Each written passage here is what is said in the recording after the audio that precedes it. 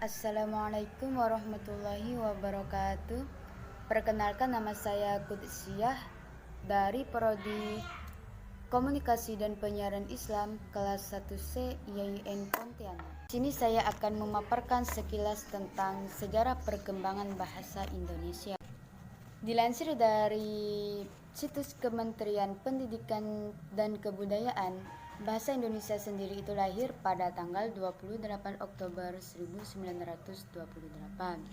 Nah, pada saat itu para pemuda dari seluruh pelosok Nusantara sedang berkumpul dalam satu rapat pemuda dan menghasilkan 3 iqrar dalam rapat tersebut yang disebut dengan Sumpah Pemuda.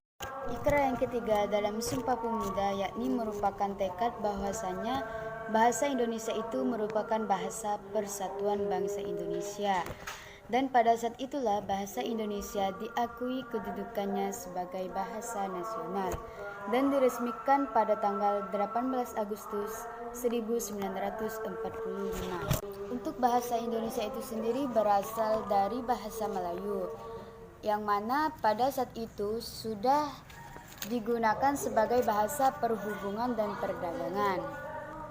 Dan di situ tidak hanya digunakan di Kepulauan Nusantara, akan tetapi hampir di seluruh Asia Tenggara itu menggunakan bahasa Melayu. Bahkan di Asia Tenggara itu menggunakan bahasa Melayu sejak abad ke-7. Melayu ini mudah diterima oleh masyarakat.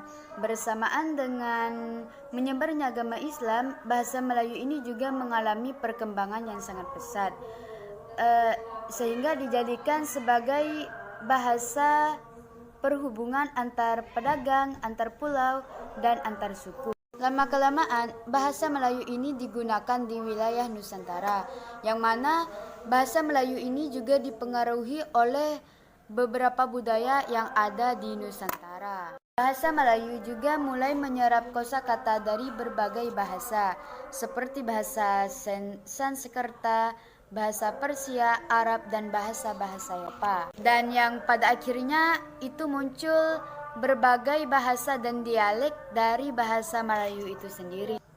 Dan hal itu juga mendorong rasa tali persaudaraan kita kepada bangsa ini.